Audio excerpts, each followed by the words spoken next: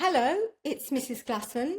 Here's the introduction to Unit 5 of my extension course, or, as is explained, Lessons 11, 12, 13 and 14. My courses, mock tests and workbooks are available at www.mrsglasson.com. And, by the way, when I say teaching you how to write in the introduction, I mean teaching you how to write well, to produce beautiful writing which hits the generic mark scheme at the highest level, that mark scheme used by all 11 plus creative writing markers, grammar school English teachers, to mark 11 plus creative writing. To write prose which ascribe to one or more of the writing triplets of the national curriculum. The same writing triplets that are referenced on the websites of some grammar schools. The same curriculum and triplets upon which all grammar schools base their 11 plus creative writing exams. It's worth remembering also that when we write our 11 plus creative writing exams, we are looking for the best Key Stage 2 students to fill our Year 7 or Key Stage 3 English classes.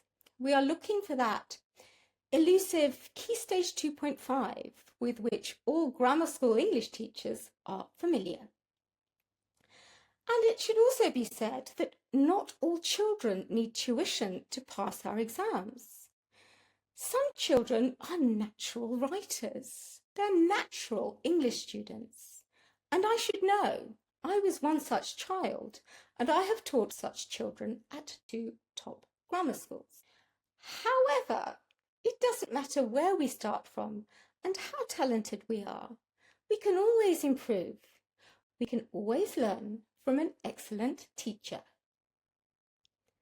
And so let the introduction to Unit 5, or Lessons 11, 12, 13 and 14 begin. Hello, it's Mrs. Glasson. Welcome to Lessons 11, 12, 13 and 14. Congratulations on having come thus far. As you all know, you don't learn creative writing by doing tasks. If only it were that easy. As all grammar school English teachers know, you learn how to write by being taught how to write. To make an analogy you have heard me use before, the writing task is a bit like the driving test at the end. First, you need to be taught how to drive. Otherwise, it could be extremely dangerous.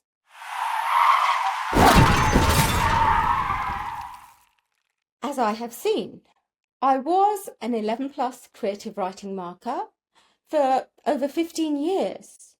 And on the topic of creative writing, my students didn't just achieve grade 9 or A star for creative writing at GCSE.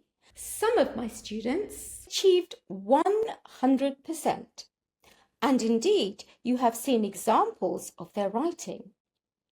My students, those 15 and 16-year-olds who were taught so well to maximize their skills and who were taught so well to showcase their skills that no creative writing examiner anywhere could award them less than 100% for their creative writing. So here you are, having taken 10 lessons, having been taught how to write, and having taken one mock test teaching you how to improve your skills.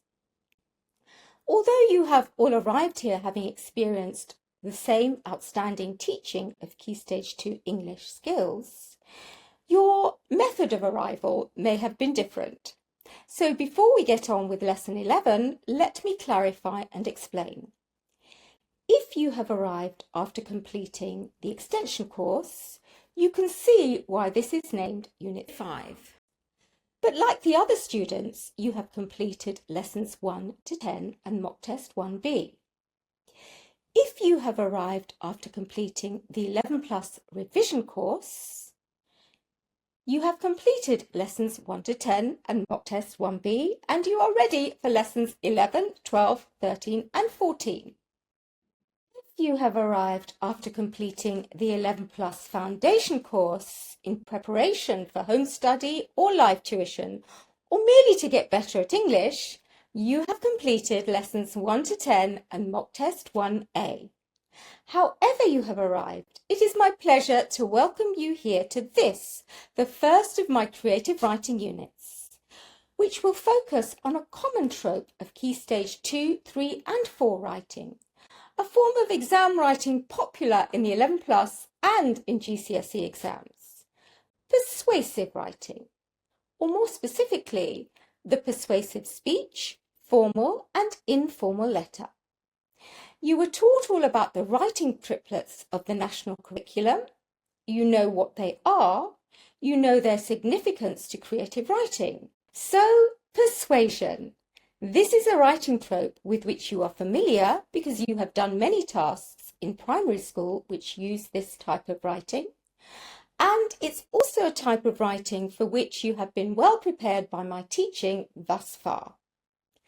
So, having established how Lesson 11 follows on from Lesson 10, as usual, I'm going to go through the learning objectives and the resources which you can already see next to this video in their usual places. I will also explain the fun pre-lesson research which you need to have finished, and also the mock tests.